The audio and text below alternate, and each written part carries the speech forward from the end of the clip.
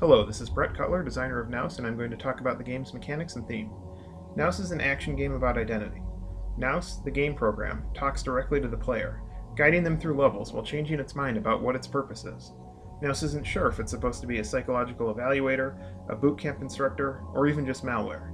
The player has the freedom to play the game anywhere between two poles of aggression and passivity, and they are defining the game, Nous, and themselves through their behavior. That's the idea, at least. The two main mechanics are the attacking and the sucking. The attack is a straightforward charge. The suck is used to separate life-giving friendlies from the packs of enemies and pick them up, as well as for minor crowd control. Originally, the two mechanics shared a button. Holding A charged up the attack as well as sucked enemies in. Splitting it into two buttons gave sucking a more obvious role in gameplay. Players had been liable to not notice its effect at all and simply concentrate on attacking. The attack is simpler without the charging, but that property had a minimal effect on gameplay, so it was excised. Levels are broadly wave-based. Spawns are queued up and triggered at periodic intervals, as are the changes in the environment. The player is required to survive until the spawns are exhausted and the level is finished. Dialogue sections where Nous talks to the player occur as intros and outros to levels.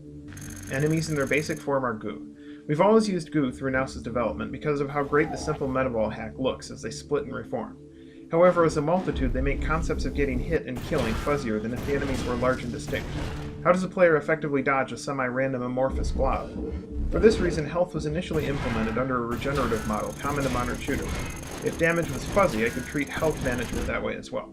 This allowed me to treat damage as a tick per frame. Damage for each enemy touching the player, capped at about 8 enemies to prevent deltas too high, and multiplied against DT. But using friendly goo as healing items, the blue guys, wasn't useful enough with the regeneration afforded by the health model. Additionally, the power of the attack effectively renders the player invincible, with a brief vulnerability period before the next attack.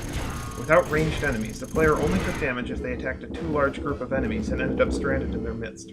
With damage over time, this was a minimal amount of damage before their next attack and ended up being meaningless. So I switched health to a 3-hits model, with a buffer of 1 enemy so that 2 enemies need to be touching the player before a hit is inflicted. A small period of invincibility follows. This makes large clusters of goo more dangerous in their own right. Life no longer regenerates. It is returned at a rate of 1 hit per blue goo picked up. In practice, this means that any group of blue goo will return the player to full life. This mandated more constant placement of the converter circles, which transform red and orange hostile goo to friendlies. The aggressive player, when damaged, will retreat towards the converter to gain life. It's a better push and pull. A player does not have to attack, though. The converter circles exist so that a player can play solely through leading goo to become friendlies. This method of play was suggested when we started naming the enemies for different scenarios. Would the player attack enemy soldiers? Would they do the same for rioters? Though that aspect was never fully explored, it's very difficult to get a character arc from your unknown player, we kept the ability to play non-aggressively. A combo system was added to give some form to the simple gameplay. Killing the large goo emitters, which continuously spawn more goo, increments the count, so that the single point that each kill gets you is multiplied by the count. It expires if not refreshed after about 2 seconds. The combo system allows me to shape gameplay towards a style, gather enemies using the suck, and exterminate them quickly for maximum efficiency. This sort of secondary goal is also a good way to challenge better players while keeping the regular goals easy enough for less skilled players to see it through to the end. The combo system is mirrored in non-aggressive play by a multiplier for every 10 goo converted, turning into points as they are picked up. It works towards the same clustering style of play as the killing combos. The explosive nodes are a multiplier that work with the combo system. Destroy one and it spawns a recursive explosion. Each enemy killed by said explosion generates a new explosion, which, if it kills an enemy, generates a new explosion, and so on. And besides, it's a neat effect.